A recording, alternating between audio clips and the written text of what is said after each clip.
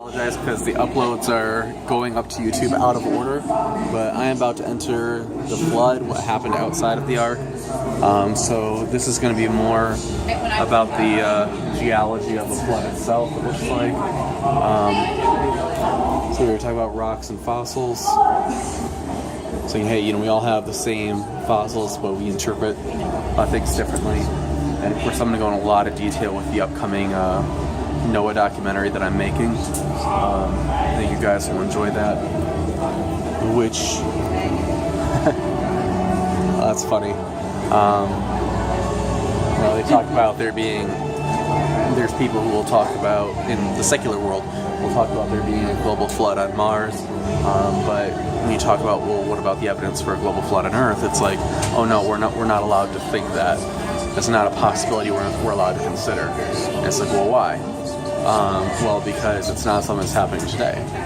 Okay, so because we don't see...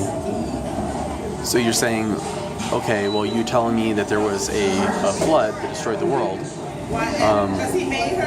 Well, why don't I see a worldwide flood right now? Well, since I don't see one right now, then how could there ever have been one? It's like, the logic is quite terrible, of course. And so here we are seeing evidence that there was, in fact, a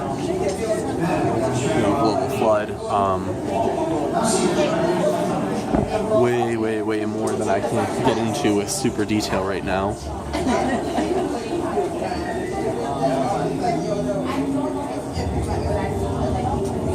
So it's like all the evidence for there being a global flood on Mars is found on Earth as well.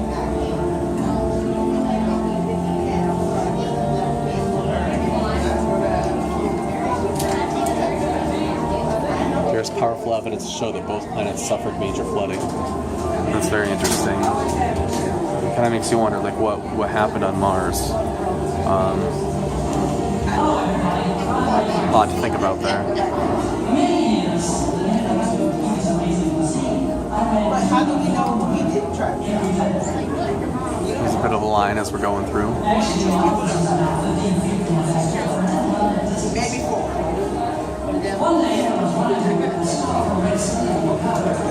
So they're playing the video out there with it's Ray Comfort giving a basic gospel message.